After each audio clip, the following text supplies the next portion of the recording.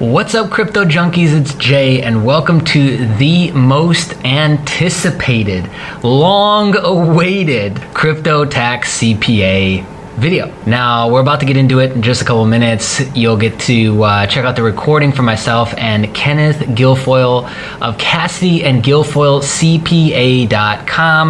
Go ahead and go there to check these guys out. Really, really great information and knowledge. Just breeze through the questions like it was nothing. What I was asking was nothing. Oh yeah, this is like Tuesday morning breakfast meeting. It definitely filled us in with some massive insight. We covered everything from mining to how to write off losses and report those losses, day traders and what you can expect, 2017, 2018 tax code, Malta, and all kinds of fun stuff in between. This is something that you don't want to miss, regardless if you're a part of the Crypto Junkies community or not. You're just a crypto enthusiast. If you've got tax questions, this is probably the greatest place for you to be right now and watching this video. I also did an intro, but it wasn't recording until I was like halfway into it, so that's why you get this intro. So we got an intro and then another intro, but nonetheless, the information is great. Quick hour-long Q&A where we cover all the most popular questions and biggest questions we got from the community that we pulled, and of course, you've got access to it right here now on YouTube. Thanks again to Ken and everybody who was behind him to get that involved and set up on his part. Thank you to the community for your great questions and tuning in and joining us on that call, and enjoy for all the YouTube community that now gets to benefit from this in the months and years to come.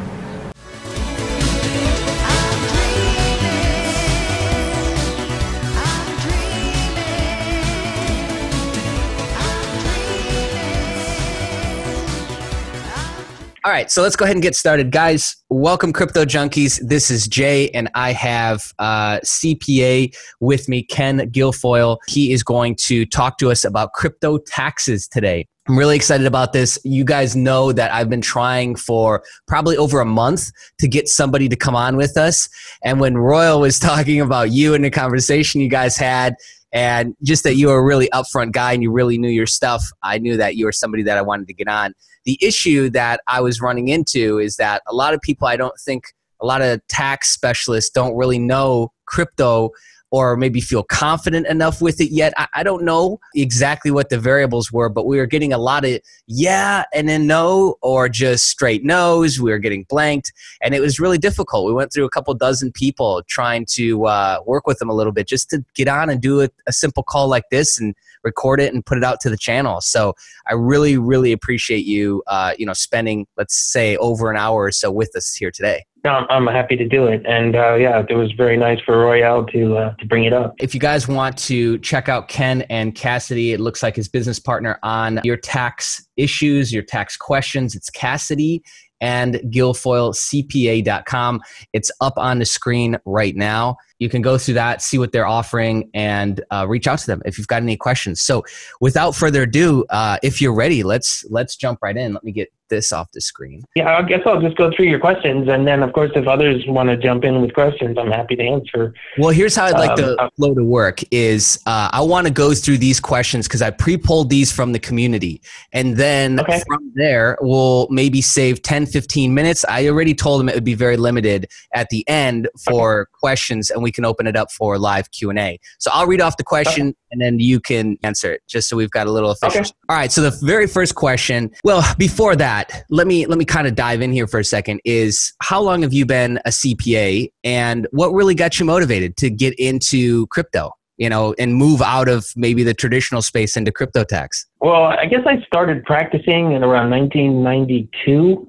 When I joined one of the big firms, Arthur Andersen in New York City. As far as crypto came as kind of an accident. I mean, I actually got interested in investing myself when Mt. Gox, because I have a connection to Japan, and I kind of got interested in it, but I had personal computers that had blown up on me during my life, and so I was like, nah, I'll probably lose everything when something blows up on me, so I never bought it, and that's probably the biggest mistake I ever made. But at the same time, I kind of always had an interest in it, and when we started to think through some other strategies, there's a lot of people out there that became kind of overnight millionaires, and we had some good strategies to offer to them, and that's related to Malta and stuff like that. We just kind of put the two pieces together, and next thing you know, people were calling. Yeah, it was an organic process to kind of very organic. Yeah, no, I like that. I like that a lot. And it started with a thing that you already had rolling that was working that just kind of took off on its own. You didn't need to force it really. No, not at all. But yeah, crypto is really interesting in a way. I mean,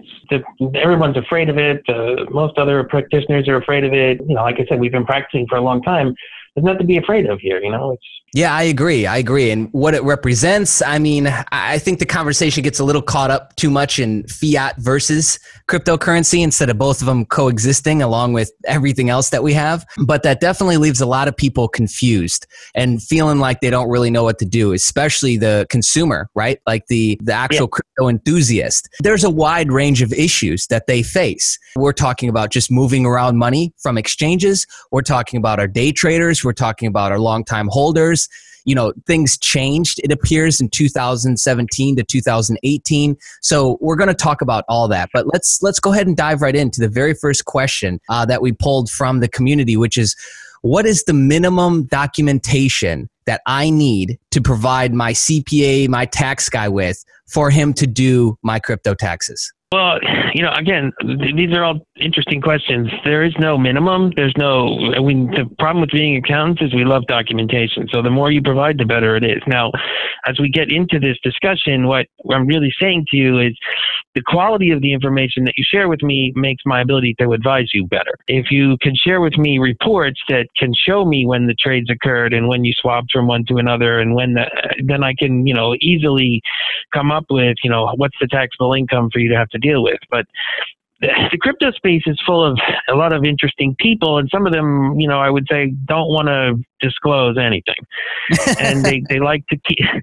to be anonymous. And the reason why they got into it was for those reasons. And so, records is not exactly their strong point. My answer to you is, look, the better the quality of the documents, the better the quality of the filing. Now, what I'm talking about here is that if you don't file, the IRS will punish you. But if you file and you say, well, I think it's $10, and the IRS comes back and says, no, it's 15, well, then you're arguing over the difference between 10 and 15, right? And that's easy. Yeah. You keep everything in the IRS's jurisdiction. Maybe it's 12. You pay a slight interest in charge. We claim like, oh, we're so sorry. Don't penalize us. And then we all go away happy. But if you just don't disclose, and if you don't file, if you don't report, well, then basically you're evading, and that's where they're going to beat you. That's my answer to that. So just to cover this topic too, is we've heard some pretty crazy stuff on, different crypto news sites. What exactly happens if you attempt to evade crypto taxes? Cannons in its arsenal, and if they catch you not reporting income, then so let's say your income was $100,000 and you didn't report $50,000. Well, then they can penalize you twice as much because you underreported by 25%, and they will double penalize you, and then they'll also charge you interest. The point being is you want to at least try to comply. Yeah. Right? We're talking I understand there's kind of an anarchist feel, or I'm sorry if I didn't mean to speak over you. There's kind of an anarchist way of looking at this, going, well, why should I? Well, the answer is because, what makes America great is not necessarily lack of regulation, but regulations that we all can follow and do things right. What makes America great, and I'm not trying to be political, is that we have rules about property and how property is divided and how it's allocated and how it's valued. And so that's all we have to do is follow those rules, and everybody keeps their assets. Yeah, and to kind of riff on your example is, to pay the difference of like a $10 to $15 gap versus paying double and penalty fees, possibly facing jail time if you wait long enough, I'd say that one's a little bit easier. You know what I mean? The latter is easier. Exactly. So the thing is, you don't want to get caught or audited for underreporting. And so you want to do the best you can to report and to have at least some documentation to rely upon in your reporting. Then we're only arguing over, whether it's a half a dollar or a dollar. Right? Got it. And I will say this, a lot of people that are my audience are American residents, American citizens, and they might not have traveled the world, but I can reassure you guys listening in that America has it pretty freaking good. You know what I mean? I've gone to a lot of countries who don't have it good. I've gone to a lot of countries who have very, very interesting rules and laws. And I'll tell you what, you might sit back thinking that your sovereignty is getting stripped away slowly with taxes, fill in the blank, but it's not that bad. at the end of the day. No, and the point I'm trying to make is that especially in the U.S., I mean, property is sacred. Property is never nationalized. Property is, a big part of our system. So therefore, if all you have to do is comply with the rules about how that property is taxed, well, at least you got to keep the property, right? So that's my point. All right, cool. I see we dove right into the deep end right out of the gate, so that's good. Next question. The laws seem to have changed from 2017, very last quarter, right? We had the new laws hit, or that we all found out about it. I don't know if that's how it actually went, but it's like we thought it was going to be one way and then everything changed. So with the laws changing still in 2017, how does that work for those filing 2017 taxes? It seems, like I said, we've gone from the capital gains to then every transaction was taxable. How does that work? Prior to the tax change law, people were taking the position that a swap between one, like Bitcoin and Litecoin, was a like-kind exchange. And there is, rules in the revenue code that would have allowed you potentially to assert that. In 2018, they changed the law to say that that the only thing that's allowed for like-kind exchange is real estate. I'm sure that has something to do with the political climate, but that's it. So for 2017, it's the last year that you can make the assertion that, this was a like-kind exchange. Now, the problem here with the like-kind exchange, though, is that it's not really like, because you can't, there's been rulings on this before. You can't swap a gold coin for a silver coin. You can't swap a share of Google for a share of Apple. They're not like kind. And so they have always disallowed that. Crypto is new, of course. And so, the regulations haven't caught up so quickly. And so then, this idea that a Litecoin and a Bitcoin are the same, I guess potentially could be. But if you followed the other precedents that the IRS has used as property, the answer is no. It's not a like-kind exchange. The capital gain treatment depends upon the holding period. So if you held the coin for more than a year and then you sold it, then you can get the long-term capital gains rates, just like if you had a share of Google. If you had a share of Google and you held it for a week and sold it at a gain, then that's a short-term capital gain, and that's going to be taxed at ordinary rates, just like if your effective rate on your return is 33%, well, then that sale is going to be 33%. Just as the crypto swap would also be at 33%. So what I'm talking about, what I think you need to know is that the like-kind exchange thing, I'd say 50-50. 50% chance that could get blown up on you and they won't agree. But that's only for 2017. 2018, it's out the door. You can't do it. But then, it is a capital gain because crypto is treated as property, as if it was, a share of Google or Apple or anything like that. And so it's taxed based on the holding period. Let's take a quick segue. Can you give me like a normal version's quick breakdown of, we get capital gains. I think most people get that. What is the recent change with how things are being taxed from an exchange basis, like every time it moves from wallet to wallet? That would, so it is effectively, if you go from wallet to wallet and you didn't change the coin, so if you have Bitcoin and you went from, GDAX and you moved it to another exchange or something like that, that's nothing. It's only when you swap it or change it to another property or another kind of property where you have the potential for a gain or a loss. Okay, got it. So it's only when I convert from like Bitcoin to ETH or vice versa. It has nothing to do with moving the same property from exchange to exchange. It's converting that to another property. Or if you exit and sell it for fiat. Okay, got it. All right, so the next question I wanted to talk about is there's a lot of people, myself included, who, I came into crypto in the very end of July 2017. I didn't know what I was doing. There was opportunities, platforms, and things that I did where I lost.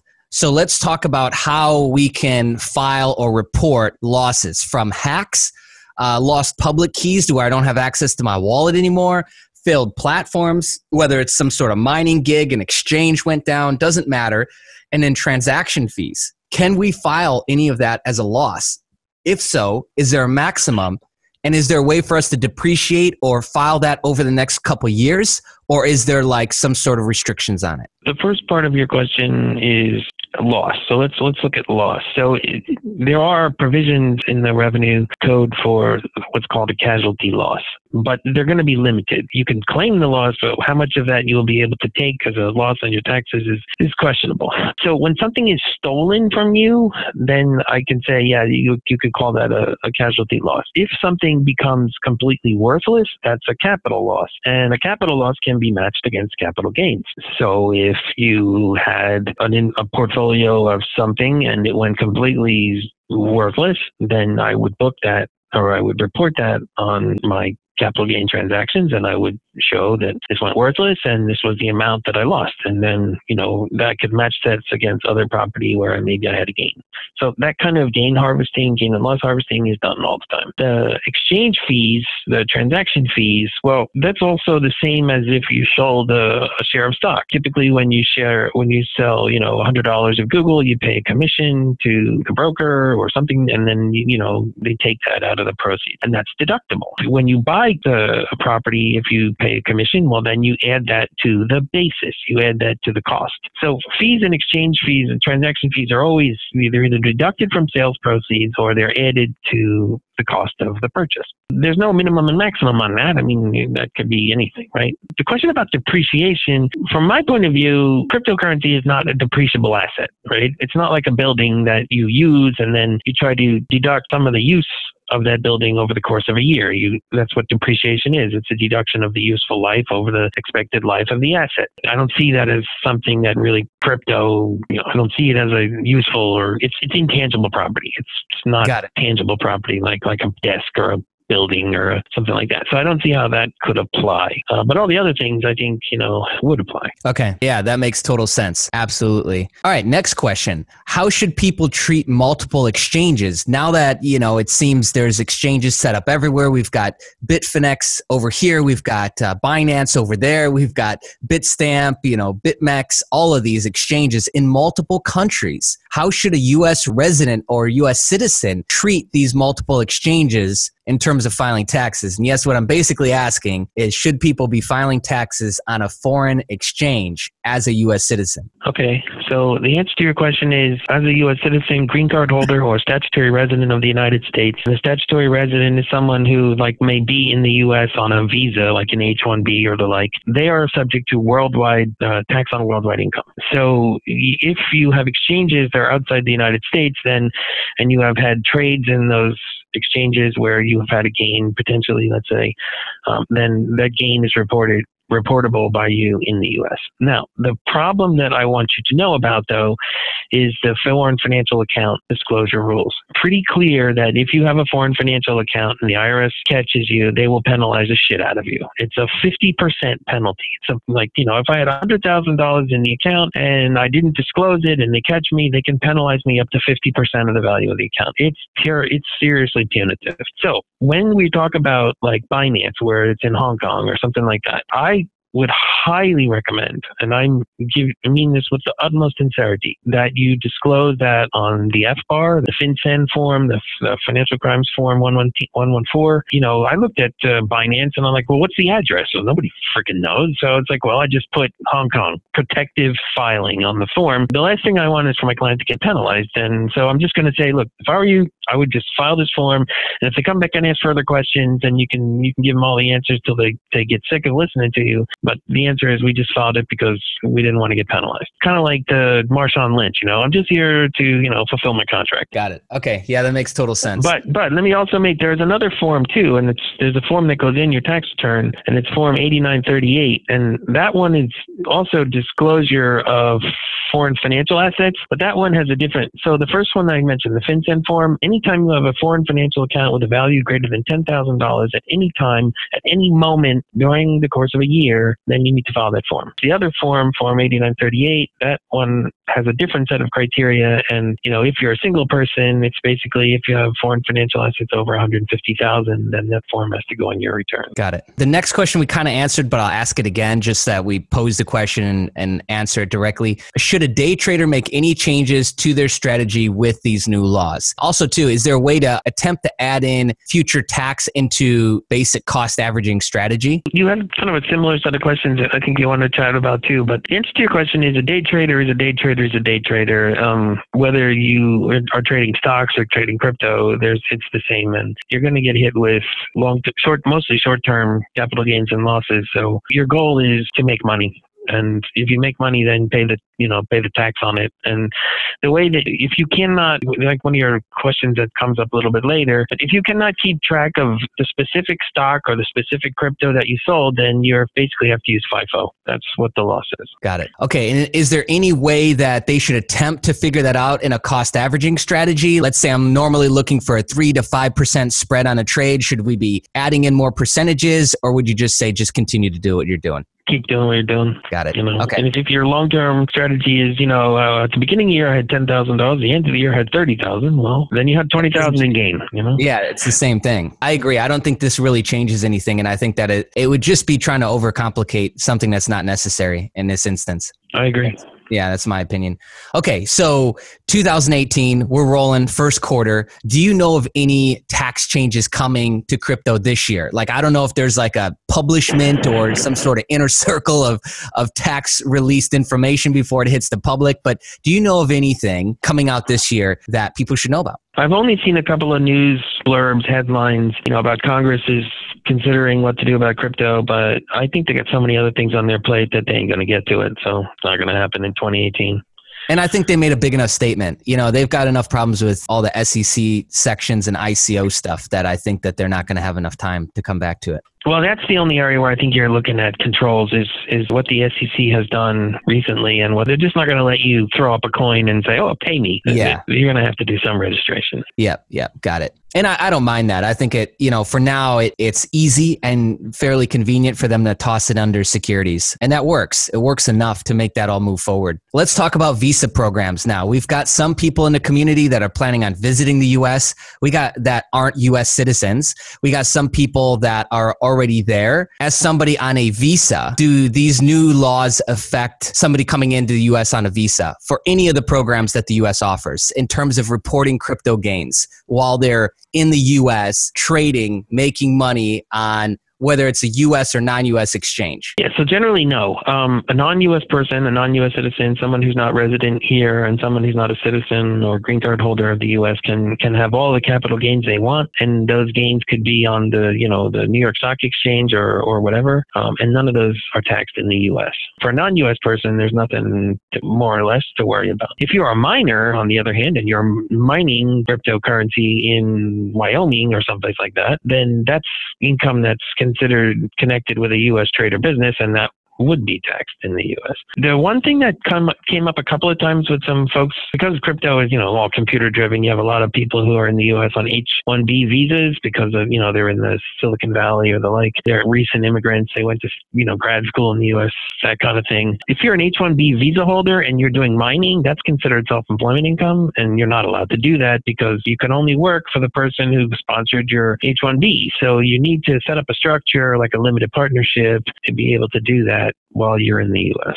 Okay, got it. Now, does cloud mining come into play? Because you said that if it was mining and it was, linked to an actual state in the U.S., that changes things. Does cloud mining fall into that or no? It's just physical mining. Cloud mining would only be relevant if you were resident in the U.S. If you weren't, then I don't think it would matter. Got it. Next one. I like this question a lot. Is there any binding guidance on how to calculate gains as far as first in, first out? So FIFO, LIFO, etc. Most people trade mirrors, LIFO. I bought a long-term hold. So here's an example. I bought a long-term hold BTC bag in January, but still buy, sell, trade additional BTC coins throughout the year, but then sell my January bag a year later. My additional buy, sell, day trading shouldn't count against January hold price. Is that example true? Or how does that break down? Yeah, it's hard for me to see what the example is trying to get at, but I will tell you, look, the rules say this. The rules say that you can either specifically identify or you use FIFO. So it means, if I bought 100 shares of this or I bought, 100 coins of that and I sold 50 of them, specifically identify the 50 that I sold, meaning that I want you to sell, like if in the case of a share of stock, I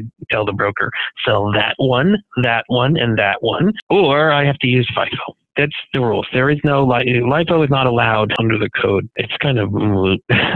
Okay. I mean, people do it, but it's just wrong. Then you're arguing over $15 and $10. You know? Yeah, it makes sense.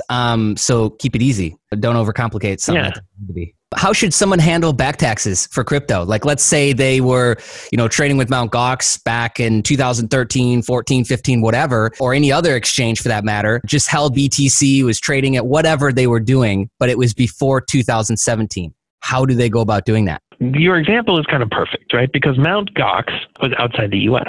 And so the beautiful thing about that is the IRS has given you a program. The IRS has put a program in place for people who have not disclosed foreign financial accounts. And so if you have not disclosed a foreign financial account, then you can use the streamlined filing procedure, which basically says, I will file 3 years of tax returns and 6 years of foreign financial account disclosure forms, and I will pay a penalty if I live in the U.S. of 5% on the highest value of my foreign financial account over the 6-year period, and I'll pay tax on any unreported income and interest. But if I do that, the IRS generally will accept my filing and not audit any further. Now, the reason why this works is really beautiful is because Mt. Gox is a foreign, you can claim or take the position that my Mt. Gox account was a foreign financial account. But if you are in the U.S. and it's just a U.S. driven, and you haven't reported and it's all U.S. driven, well, you can't really use this opportunity.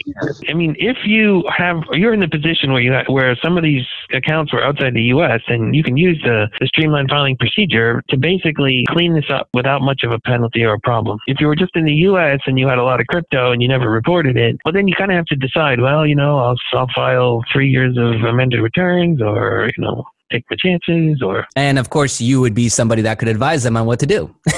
And I just like this today, I've been talking to somebody for weeks about this, and he finally agreed to use the procedure because it's like the easiest way for him to clean up, sort of thing. Yeah, and that's kind of the lesser of two evils versus taking that risk, right. Never knowing when that's coming for you.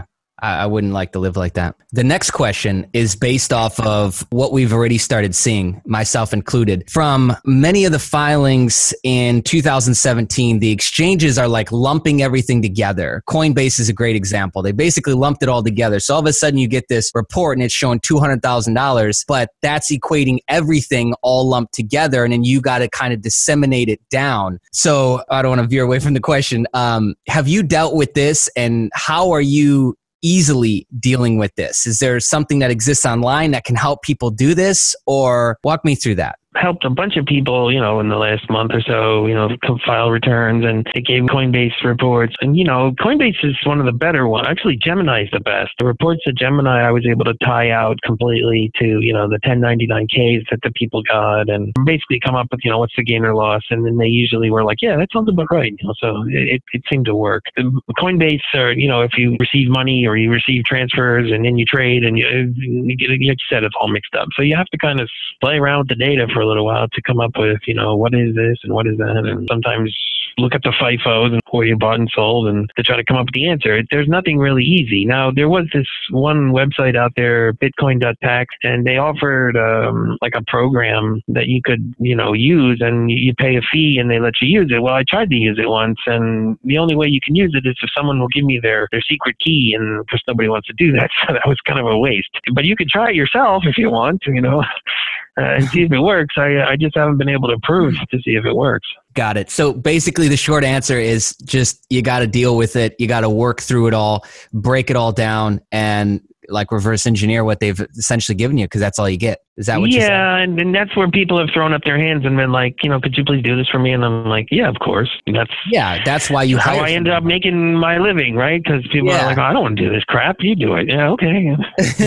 Which, let me just take a side note here and ask this question. This to me is an easy answer, but I just want to hear you say it. Should people be attempting to file their own taxes, or is it just easier to hire somebody else to do it?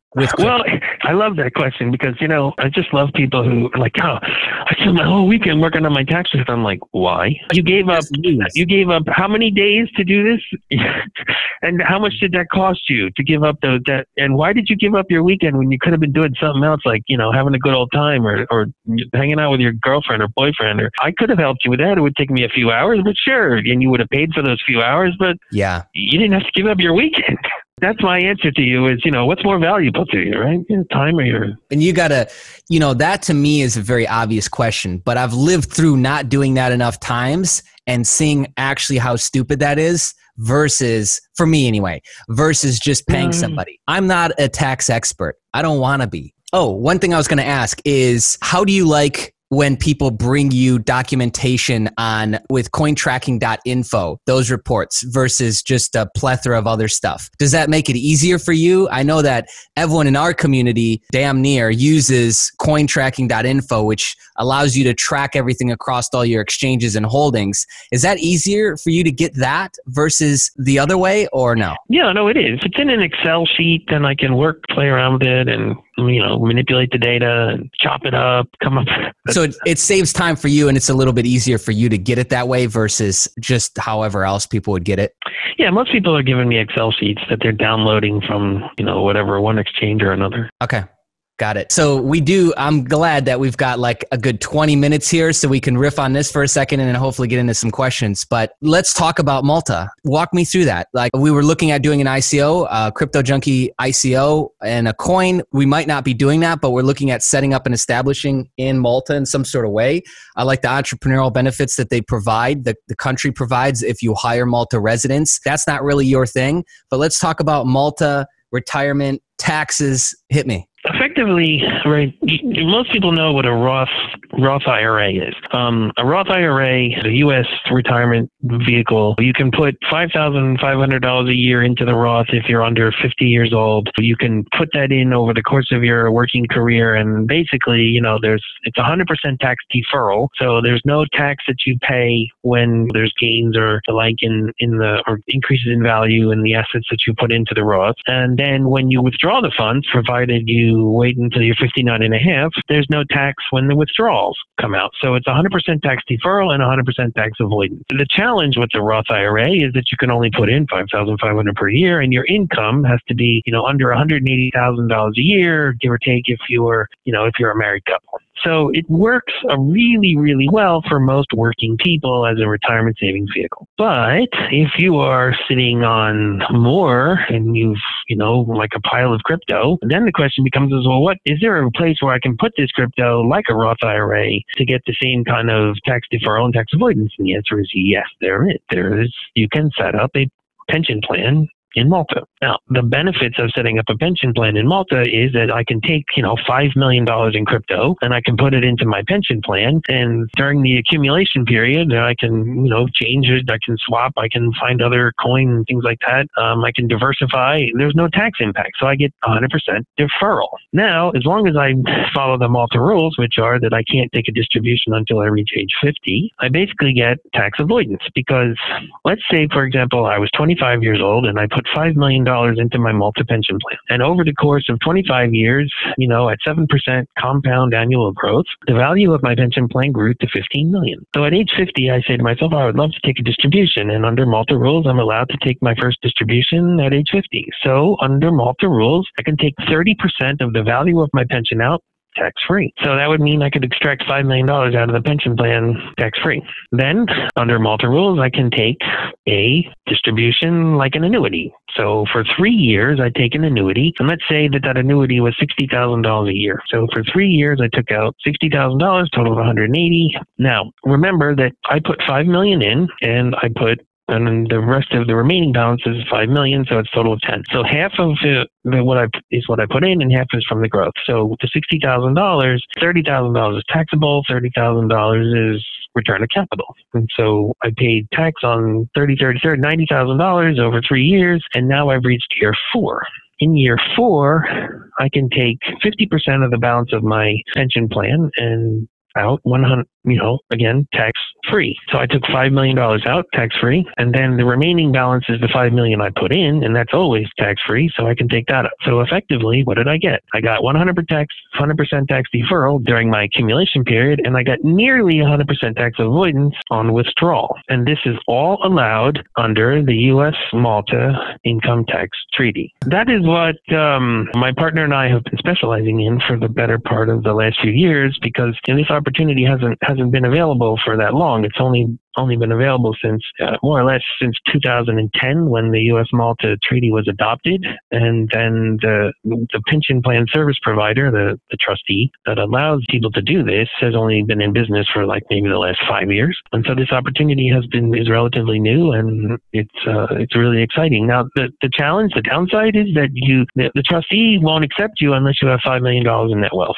Okay, God, I was just about to ask what's the minimum. Generally speaking, I mean, you can put a minimum of $1 million. Okay, so setting aside, so it's not a retail opportunity. That's what I'm.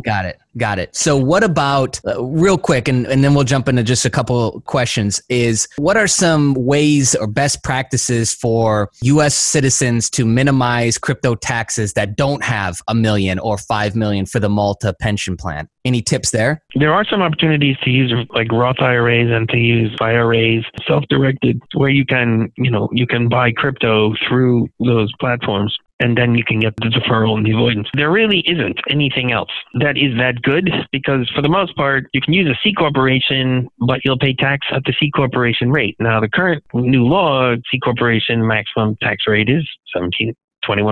That's not bad, maybe. It's just that when you want to take a dividend, the only way to get money out of the C corporation is from paying yourself a salary or by paying yourself a dividend. And both of those are going to be taxable to you. So it's a double tax. Right? Yeah, it's not safe. And then the other business entities such as LLCs and S corporations and partnerships, those are all pass-through entities. So that income flows through to you individually with the maximum tax rate of 37%. If you can get, a C corp, and maybe you can get the shares, you have some money in your IRA, or you can buy some of the shares, of the C corp, and the C corp can own, and then the IRA can own those shares. Well, then maybe there's some vehicle there that can avoid the double tax. But it's very challenging. It's very challenging. And that's why this is such an attractive opportunity, because you're basically able to defer and avoid if you qualify.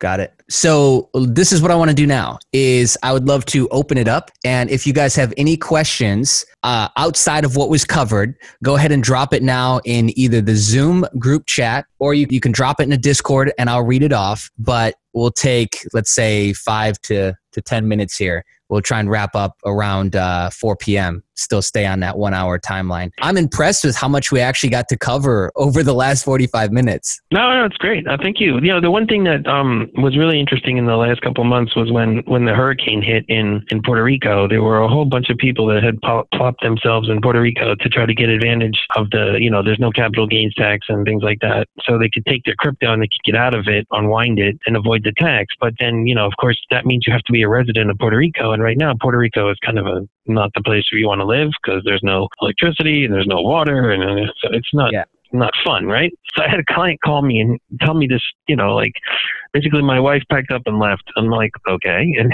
he's like, but I came here because I wanted to get out of this crypto, and I don't, I want to get the lower tax. And well, then, you either stay in Puerto Rico or you use a Malta pension plan or something, and so that's where it's created some interesting opportunities. Yeah. And I know a lot of people have been talking about the Puerto Rico thing and asking me about exactly. it. Yeah. But you got to live there. And so it ain't the place to live right now, Yep. Okay. So in 2017, they're almost all completely gone now, but there was what was called high interest yield programs. It was essentially you would give a certain amount of BTC up and you would make like anywhere between 0.1 and 1% interest per day. Now the platforms are all but gone now. Most of the platforms involved you buying their coin. So convert your BTC to their coin and then stake that up to get this quote unquote interest. But money was made through 2017, even though the platforms are all gone, and the value of the coin that you were paid out in is now devalued to almost pennies now versus hundreds of and almost thousands of dollars for some of them. How do they go about adding that in for 2017? I would say that's a worthless security. So you could write off as a capital the amount that you lost. So the challenge is you can't write it off at the current value. You can write it off at the value that you made the swap. If you had $10,000 in Bitcoin and you swapped it to buy this other coin at $10,000 and then you lost everything, well, then you can basically write off $10,000 as capital loss. Okay, got it. You got the Malta pension plan that you guys are working on. Is there any other moves that you're trying to set up that are in new countries that work similar to what you've set up with Malta that are on your radar, or is that it?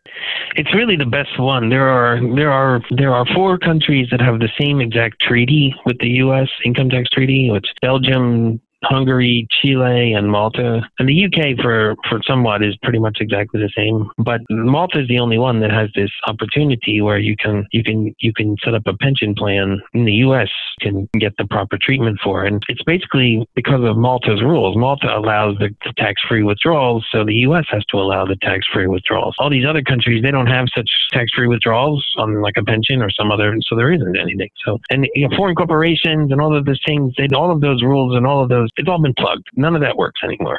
Yeah. So did you guys actually know what you were doing in terms of the IRS? If they had looked at it, maybe they'd have wrote something about it, but they didn't. It's there and it's real. Cool. All right. I think we already covered this, but how does losses work? Is there a cap I can claim per year? Well, the answer to your question is you can always match capital losses and capital gains. So if you had 100,000 in capital losses, 100,000 capital gains, they match. But as far as if you had more, like you had $100,000 of capital losses, well, then as a married couple, you can only deduct $3,000 a year until you either match the losses against other gains in the future or until you exhaust the $3,000 a year for the next 20 years.